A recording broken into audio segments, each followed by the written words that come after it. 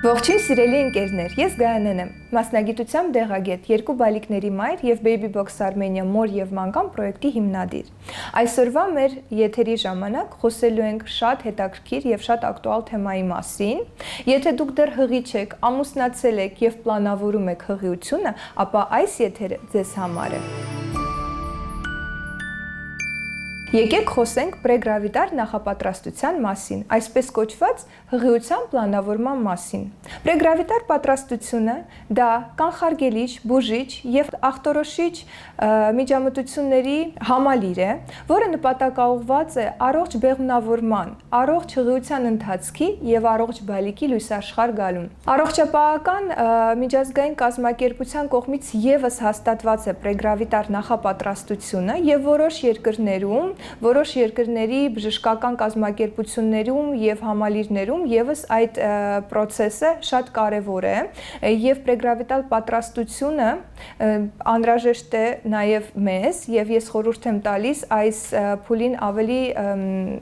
լուրջ նայել և եթե նախկինում եղել են հղիության անբարենպաստ ընթացքներ և հղիությունը չի ստացվել, հետևաբար այդ ընտանիքներում պրեգրավիտար նախապատրաստությունը էլ ավելի կարևոր փուլ պետք է լինի։ Պրեգրավիտար նախապատրաստությունը շատ կարևոր է ոչ միայն այն ընտանիքներում, որտեղ կա խնդիր առողջության հետ, այլ նաև բոլոր ընտանիքներում, անգամ երիտասարդների համար, քանի որ պրեգրավիտար նախապատրաստությունը տևում է մոտավորապես 3-ից 6 ամիս եւ այդ ընթացքում պետք է փոխվի ձեր կենսակերպը, սովորությունները, պետք է փոխվի ձեր սննդակարգը, օրինակ դեղորայքի որոշ տարբերակներ անբարենպաստ են ազդում այդ փուլում եւ պետք է նրանցից զերծ մնալ, կարող է ծխելը վնասակար լինել կամ որոշակի ուրիշ ոչ բարենպաստ սովորություններ, հետևաբար պլանավորման փուլը, որը տևում է 3-ից 6 ամիս, պետք է լինի երկու ծնողների կողմից, այսինքն եւ մայրիկը եւ հայրիկը պետք է պլանավորեն հղիությունը եւ պրեգրավիտար պատրաստություն անցնեն։ Եկեք խոսենք դրա մասին, թե ինչի է անհրաժեշտ պրեգրավիտար նախապատրաստություն։ Եվ առաջին ամենակարևորը նա է, որ պրեգրավիտար նախապատրաստության ժամանակ ծնողները ապահովում են իրենց առողջության մաքսիմալ բարձր դիրքերը եւ երկու առողջ ծնողից հավանականությունը, որ ծնվելու է ավելի առողջ երեխա, բարձրանում է։ Երկրորդը շատ կարևոր է հիշել, որ հղիության ընթացքում կարող են առաջանալ որոշ բարդություններ եւ պրեգրավիտար նախապատրաստության դեպքում այդ բարդությունների առաջացման հնարավորությունը նվազում է։ Նաև պետք է հիշել, որ հղիության ընթացքում նաև կարող են ի հայտ գալ տարբեր քրոնիկական հիվանդություններ եւ բարդություններ օրգանիզմում, որոնք կարող են բարձրացնել արատներով ծնված երեխաների հնարավորության ռիսկը, հետեւաբար այդ ռիսկը նվազեցնելու համար այդ քրոնիկական հիվանդությունները պետք է ախտորոշել եւ ախտորոշումը կարող է կատարել ոչ թե անմիջապես հղիության ընթացքում, երբ դուք չեք կարող արդեն որևէ միջամտություններ ձեռնարկել, այսինքն դեղորայք կիրառել, այլ նախնական փուլում, եթե դուք ճիշտ ձևով մոտենում եք այդ հարցին եւ հասկանում եք, որ օրգանիզմում կան որոշակի խնդիրներ, դուք այդ խնդիրներից ավելի հեշտ եք ձերբազատվում եւ անցնում եք ճիշտ, գրագետ եւ ավելի պլանավորված հղիության ընթացքին։ Եկեք հիմա խոսենք դրա մասին, թե որտեղից է պետք սկսել, ինչ է պետք անել, ում է պետք դիմել եւ առհասարակ այդ փուլում ինչն է կարեւոր։ Առաջին եւ ամենակարևորը պետք է հասկանալ, որ դուք պետք է անցնեք համապարփակ հետազոտություններ եւ մասնագետների կոնսուլտացիա, հետեւաբար առաջին ձեր քայլը կլինի գինեկոլոգի դիմելը, որովհետեւ այս ընթացքում ամենակարևոր բժիշկը լինելու է գինեկոլոգը, որը ձեզ նշանակելու է տարբեր ախտորոշիչ միջամտություններ եւ նաեւ ձեզ խորհուրդ է տալու դիմել այն մասնագետներին, որոնք ձեզ անհրաժեշտ են, պետք է հասկանալ, որ ամեն կնոջ օրգանիզմ ինդիվիդուալ է եւ բժիշկը նույնպես մոտենալու է ձեզ ինդիվիդուալ, այսինքն անհատական կերպով։ Իհարկե պետք է հասկանալ, որ գոյություն ունի Հայաստանի Հանրապետության առողջապահության նախարարության կողմից հաստատված հատուկ ցանկ ախտորոշումների, անալիզների, որը պետք է կինը անցնի պրեգրավիտար փուլում, սակայն հաշվի առնելով, որ յուրաքանչյուր կնոջ օրգանիզմ անհատական է, ինդիվիդուալ է, բժիշկը կարող է նաև իր կողմից հատուկ նշանակումներ անել եւ որոշել, թե ձեզ ինչ հետազոտություններ են անհրաժեշտ եւ իհարկե եկեք անդրադառնանք նրան, թե բացի գինեկոլոգից ինչ բժիշկներ են անհրաժեշտ։ Բացի գինեկոլոգի անհրաժեշտությունից դες իհարկե անհրաժեշտ է դիմել թերապևտի, որը բացահայտելու է օրգանիզմում առկա տարբեր քրոնիկական հիվանդությունները եւ գնահատելու է ձեր ընդհանուր օրգանիզմի վիճակը, էնդոկրինոլոգ, որը ստուգելու է ձեր օրգանիզմի հորմոնալ հավասարակշռությունը, կարող է ի հայտ բերել վահանաձև գեղձի հիվանդություններ կամ խնդիրներ, դա պարտադիր չէ, որ դուք ունենաք հիվանդություն, աղջիկներ, պետք է ճիշտ հասկանաք, այս եթերը նրա համար է, որ դուք հասկանաք, թե ինչպես է պետք ճիշտ պլանավորել հղիությունը, սակայն ես չեմ ուզում ձեզ վախեցնել եւ ասել, որ հնարավոր է դուք դա ունենաք, պարզապես նախապես կանխարգելելու համար պետք է այդ բոլոր փուլերով անցնել։ Իհարկե խոսեցինք էնդոկրինոլոգի կարևորության մասին, հիմա կխոսեմ նաև շատ կարևոր մի բժշկի մասին, դա ստոմատոլոգն է։ Հղիության նախապատրաստության փուլում պարտադիր դիմեք ստոմատոլոգին, ատամնաբուժին, որովհետև երբ դուք արդեն լինեք հղի, առաջին եռամսյակի շրջանում դուք չեք կարողանալու դիմել բժշկի, քանի որ միջամտությունների ժամանակ բժիշկները կիրառում են տարբեր դեղորայքներ, որոնք հղիության ընթացքում կարող են բացասաբար ազդել օրգանիզմի վրա եւ անթույլատրելի են։ Նաեւ շատ կարեւոր է հասկանալ, որ որոշ կանայք պարզապես այն մտքից, որ պետք է գնան ատամնաբուժի մոտ, արդեն իսկ սարսափում են եւ վախենում են։ Հետեւաբար, որպեսզի ստրես չլինի ձեր օրգանիզմի համար, երբ դուք արդեն լինեք հղի, նախապես պլանավորման փուլում նաեւ այցելեք ատամնաբուժի, որպեսզի այս խնդիրներից զերծ մնաք։ Հիմա անդրադառնանք նրան, թե ինչ հետազոտություններ է պետք անցնել նախքան հղիանալը, այսինքն պրեգրավիդար փուլում։ Նշեմ, որ ամենակարևոր անալիզը դա արյան եւ մեզի ընդհանուր անալիզն է, որը ընդհանուր խոսում է ձեր առողջության մասին, առկա հիվանդությունների մասին։ Երկրորդ եւ ոչ պակաս կարևոր անալիզը դա վարակաբանական անալիզն է։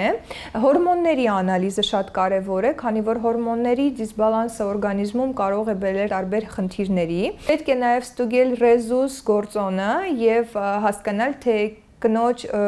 մոտ ինչ արյան խումբ է եւ իհարկե մանրեաբանական եւ ցիտոլոգիական հետազոտությունները։ Անցնելով առաջ, հիմա կխոսենք նաեւ կենսակերպի մասին, հա, զույգի կենսակերպի մասին եւ նորից եմ կրկնում, պետք է հիշել, որ ոչ միայն կինն է պատասխանատու այս փուլում, այլ նաեւ տղամարդը։ Իրենք երկուսով պետք է անցնեն այդ փուլի միջով եւ երկուսով փոփոխեն իրենց ապրելակերպը։ Առաջինը կխոսենք ռեժիմի մասին։ Պետք է հիշել, որ ռեժիմը շատ կարևոր է այս փուլում եւ կինը տղամարդը նույնպես ինչի ոչ պետք է 7-ից 8 ժամ անպայման քնեն օրվա ընթացքում։ Երկրորդը պետք է փոփոխություն արվի սննդակարգում, կարևորը fast food-ից չօգտվեք այս փուլում։ Շատ կարևոր է այս փուլում հետևել նաև ձեր քաշին։ Պետք է լինեք ճիշտ քաշով, ոչ շատ գեր, ոչ շատ նիհար, որպեսզի կարողանաք պատրաստել ձեր օրգանիզմը ճիշտ եւ լավ հղիության, հետեւաբար նաև ուշադրություն դարձրեք մարզվելուն, ոչ շատ ծանրաբեռնված թեթև վարժանքներ կատարեք, կարող եք զբաղվել յոգայով, լողով, զբոսեք,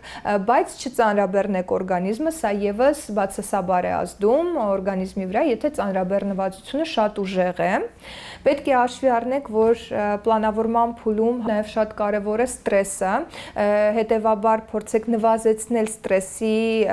ներգործությունը ձեր օրգանիզմի վրա, ձեր հոգեվիճակի վրա, փորձեք ավելի հավասարակշռված լինել եւ ստրեսը, որպեսզի գլուխ չբարձրացնի, ձեր ընտանիքի անդամները եւս պետք է շատ ուշադիր լինեն ձեր հանդեպ եւ ամուսնու այս ընթացքում կարեւորությունը եւ հասկացողությունը այդ հարցին եւս շատ կարեւոր է։ Հիմա կխոսենք նաեւ նրա մասին, թե ինչ վիտամիններ, միկրոէլեմենտներ են կարեւոր հղիության պլանավորման փուլում։ Իհարկե, կյանքի ընթացքում